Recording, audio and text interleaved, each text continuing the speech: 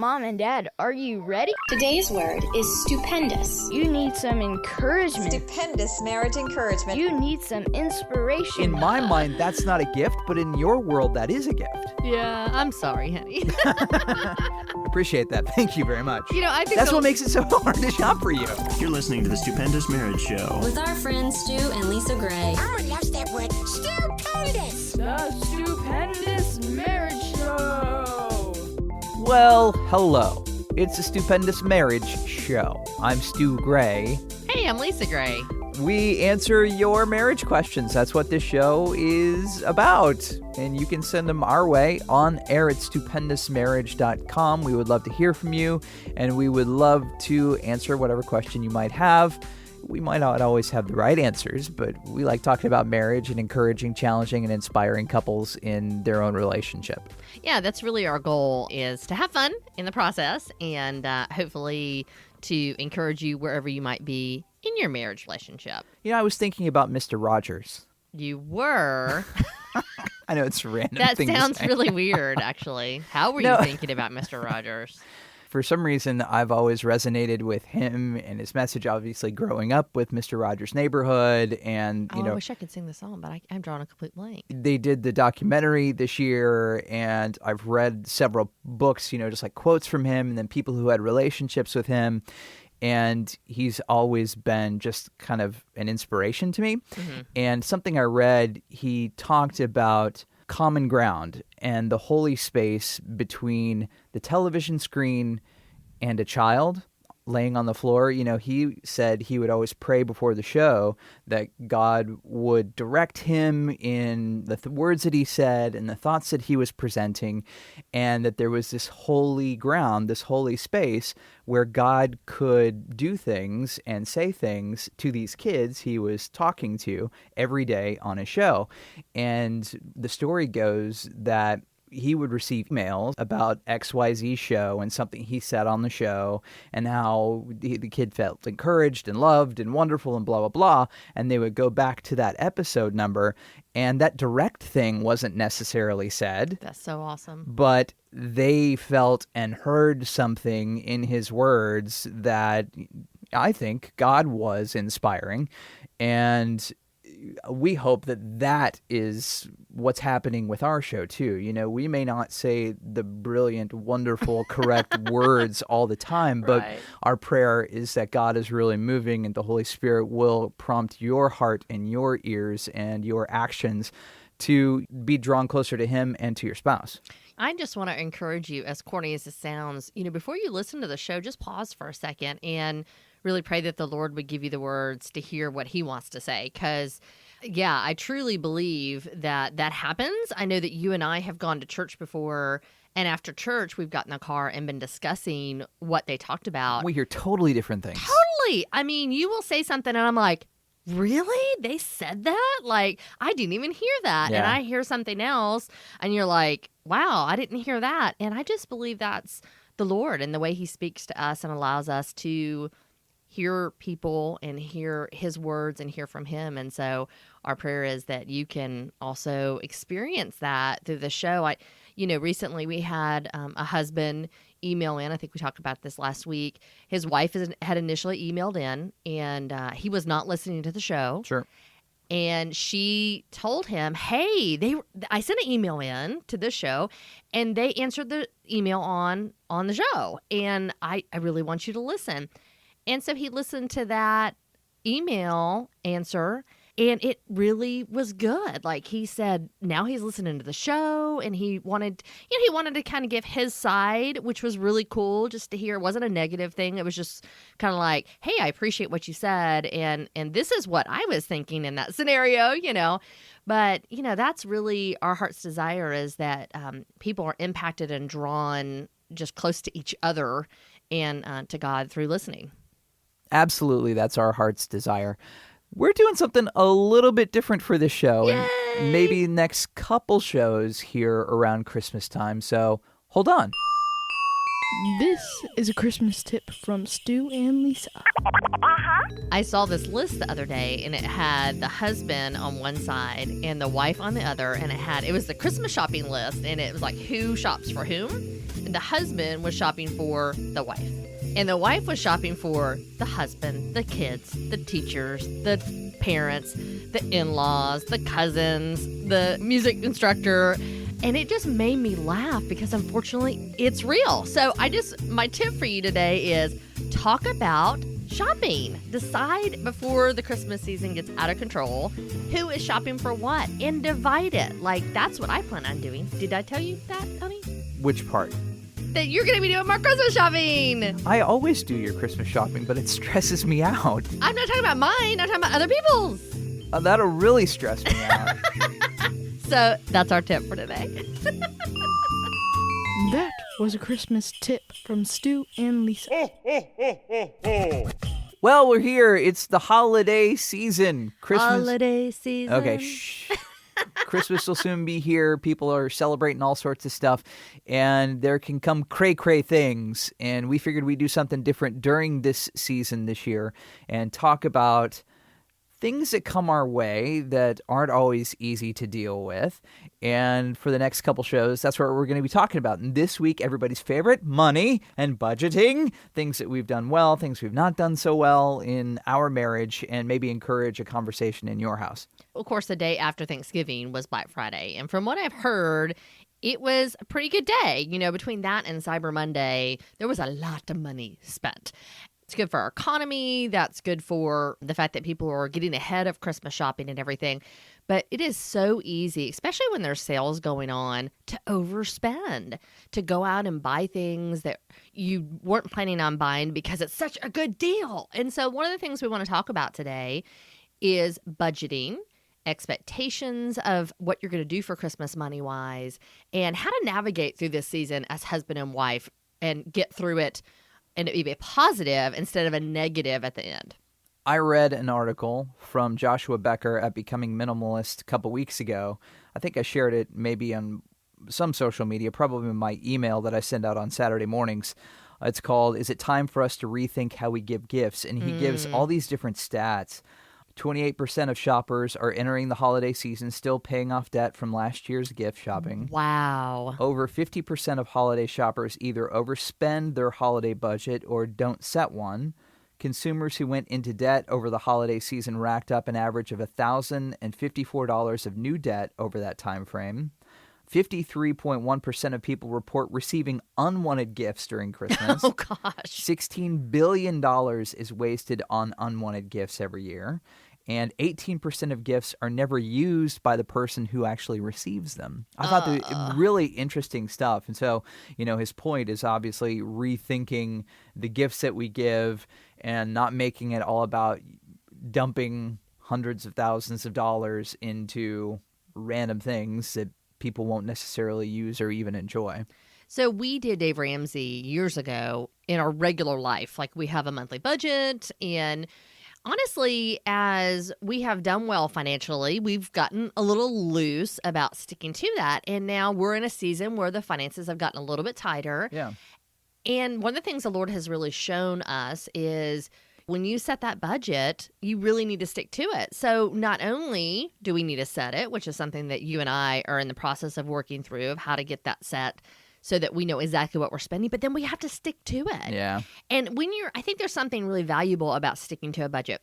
If you have $50 to spend on somebody, you're going to make sure that $50 is powerful, is exactly what they want, is something that they will really, really appreciate, versus if you just went out and spent whatever on them. Because you might go, ooh, they might like this sweater. Ooh, they might like this candle. Oh, they might like this bracelet.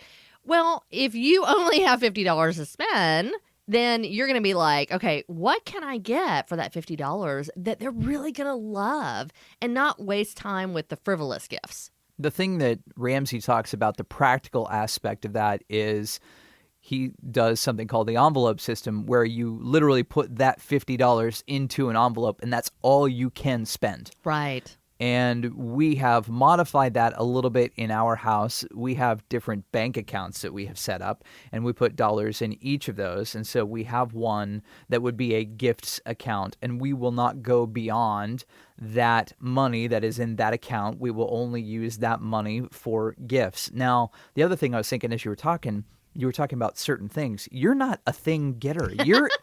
You're an experience liker. Yeah. And so that makes it tough for me to shop. You like experiential things. You are definitely a quality time person. And you can't go, hey, I'm going to spend $75 and hang out with you for 3 hours on Saturday.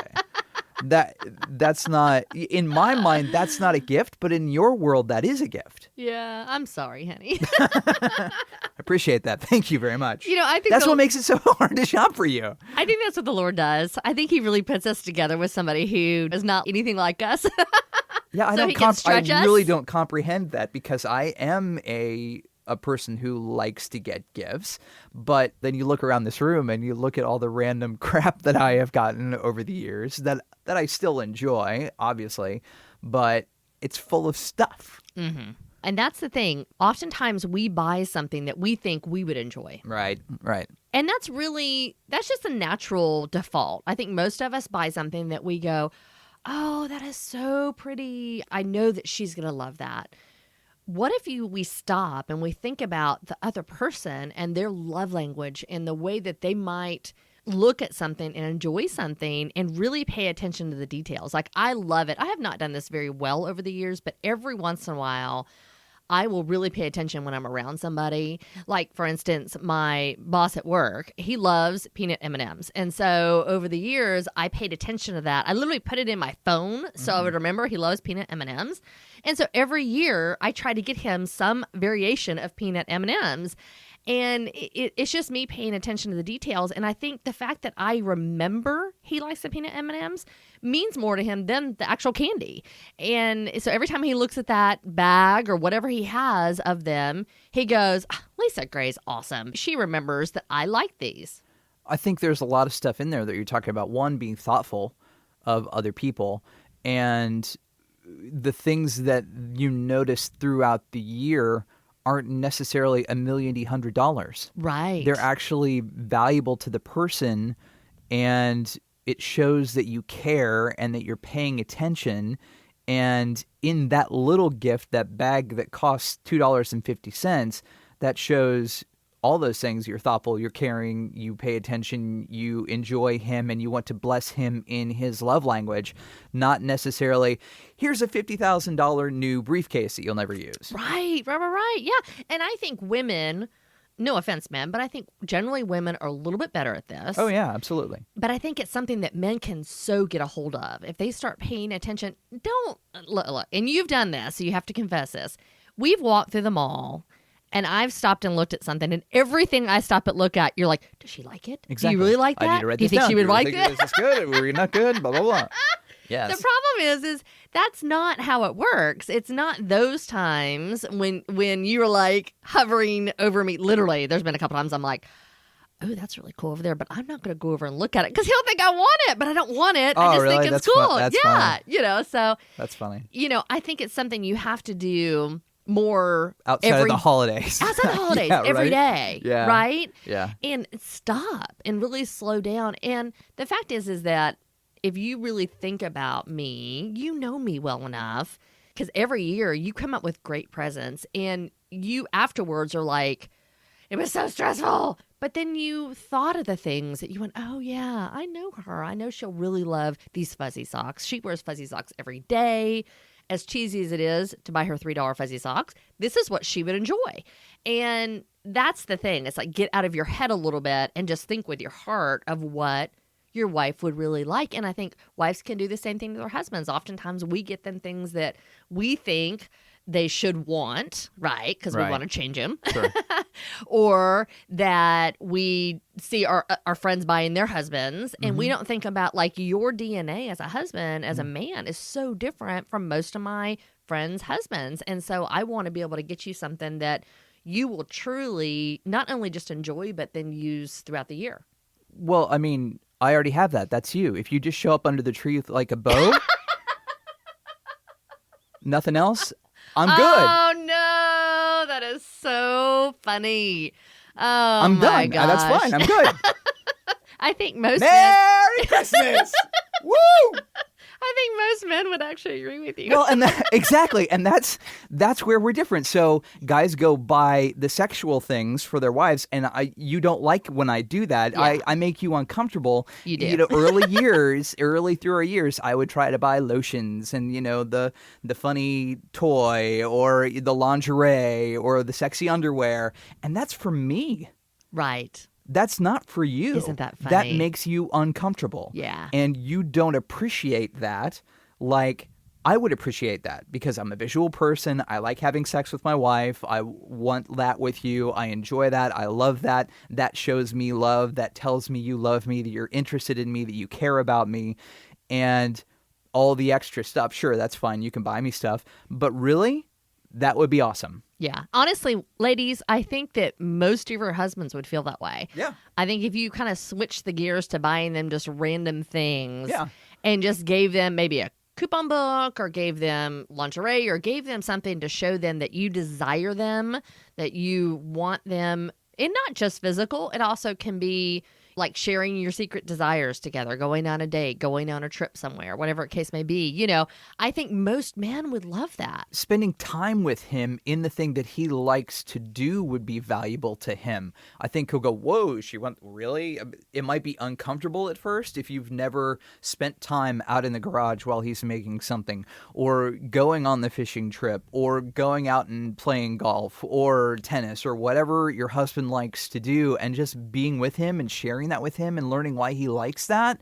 That is a valuable gift if you've never done that in your marriage. Yeah, that's so good. And the couple things that we want to talk about are budgeting. So sitting down together and really deciding your budget, not only like your overall budget that you're going to spend, but what each person is going to get. How much are we going to spend on the kids? Because sometimes I think we go way overboard with the kids. Sure. And spend $500 on the kids and $50 on everybody else. And then really sticking to that. How are you going to implement that? Where are you going to put that money to be able to access it, to spend it? And are you going to sit down when it's all done, when you're done shopping, before you start wrapping? Are you going to sit down and go, hey, did we do it? Did we stick to our budget on these people? Did we spend more? If we spent more on this person, maybe we move some money over here, take some money from this person over here, Aunt Jean, who we hardly ever see. She's not got the spend really, as much. really weird, she doesn't like shave above her mouth. And she kind of has those really pokey, proddy little Stop. We do not whisker have an aunt like things that. And whenever she comes up, she hugs you. She's it's uncomfortable and gross. So maybe you spend a little less on her because you spend a little bit more on your favorite aunt. And whatever the case may be, I think sitting down and having a budget, setting it, discussing it afterwards with no judgment, just with a, hey, this is our first time doing this, especially if it's your first time doing it. Let's give each other grace and let's really try to do it together. And being on the same page, I think, will give everybody in their marriage a lot more joy over the holidays. So we hope our conversation really encouraged you and maybe inspired something in your own relationship, just in the things that we talked about today. We're going to continue doing this the next several shows about Christmas and holidays and things along those lines. We look forward to your feedback on air at stupendousmarriage.com. If you've got something you might want us to talk about during the holiday season, send us an email. We would love to hear from you, and maybe we can talk about those things on a show coming up. Yeah, we would really love to talk about things that are important to you. So let us know, and we will see you next time. Bye. Yeah. Like the show? Like the show. Yeehaw. Share the podcast. Tell another couple. Hold up. Even though we're doing something a little bit different for the show. Right? Honey? Are we talking about that right now? I don't know. Are we? Okay. Yes. I don't have anything else to say about that. Absolutely. And, we talk... Is that okay? It's fine. Okay, let's start over. Yeah. Like the show? Like the show. Share the podcast. Tell your married friends. Yeah.